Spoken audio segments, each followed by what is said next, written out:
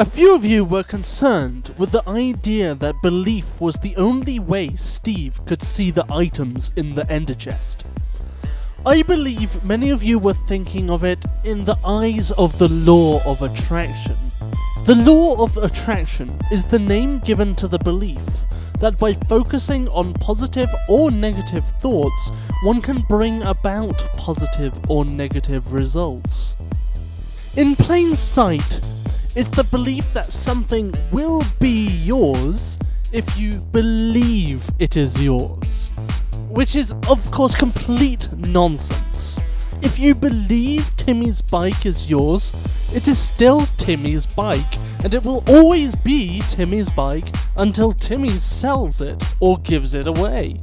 To think that it is your bike and to take it from Timmy would be thievery. But the law of attraction has been continually proven by confirmation bias. Confirmation bias is the tendency to search for, interpret, or prioritize information in a way that confirms one's own beliefs or hypotheses. The best way to show confirmation bias is through an example. Cindy wants to do well in her exams, so she prays to God. She asks God to give her the knowledge to pass her exams. Cindy passes her exams with straight A's, and then she goes around telling everyone that God must exist because she passed her exams with straight A's. A few weeks later, Cindy wishes to pass her driver's test. Once again, she prays to God, asking him for strength in passing her test. Sadly, Cindy fails her driving test. Cindy is confronted by one of her friends who says, "Cindy, since you didn't pass your test, I guess God doesn't always exist, right?"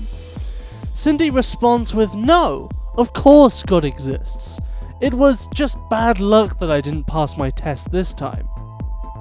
You see the problem?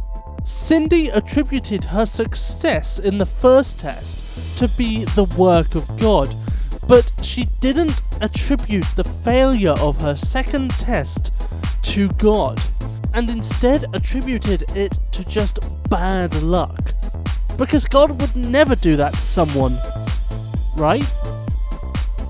But enough about confirmation bias, let's move back to the original subject of this video. Isn't the way the Enderchest works very similar to the law of attraction? Though it may sound a lot like the law of attraction, it is completely different. Here we are talking about belief through evidence, whereas with the law of attraction we are talking about belief with evidence of the contrary. Here's a good alternative way to think about it. Imagine you have a bucket of black liquid. Inside this bucket you put a coin, a towel, and a brick. You give the bucket to your friend to keep safe for a while. After getting it back, you want to pull the brick out. You believe the brick is in there, even though you don't know if the brick is in there, because your friend might have taken it out, for example. All you are left with at this point is a belief based on evidence, but one that you can never know is true until you put your hand into the bucket and try and find the brick for yourself. This, to me, is how the ender chest works. When you put items in the ender chest, they are disguised by the void and they appear massless. But through your own experience, you believe that the items are still in there, and it is only when checking the ender chest that you see you were correct all along. But you can never know for sure whether you are right in your belief. And that summarizes footnote number 3.